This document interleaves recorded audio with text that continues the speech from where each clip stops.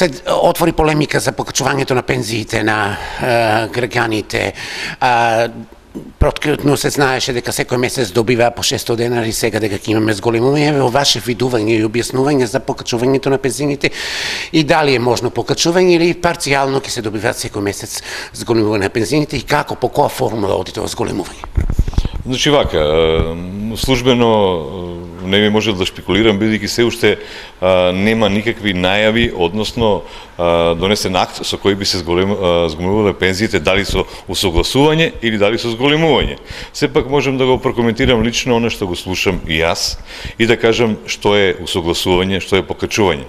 Значи вака, според законот за пензијско осигурување член 31, пензиите на пензионерите се усогласуваат два пати во годината, значи на 1 јануари и на 1 јули, со формулата пораст на индексот на трошоците на живот и 50% и 50% од порастот на платите во Република Македонија. Значи тоа се параметрите преку кои се определува процентот на усогласување на пензиите. Значи она што значи реално усогласување за да пензиите не изгубат реална вредност.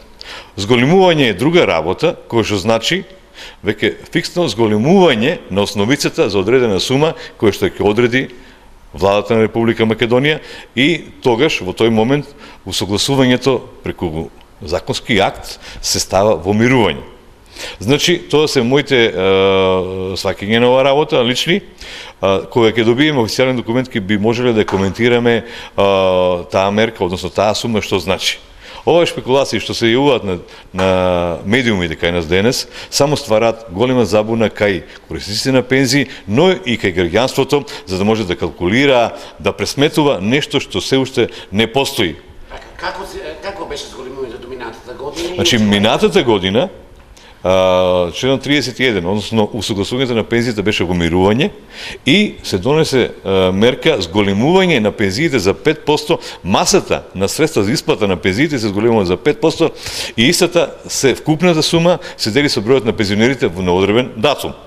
И се добива одредена фиксна сума која се зголемува пензијата на секој пензионер и таа сума влегува во основицата на пензијата.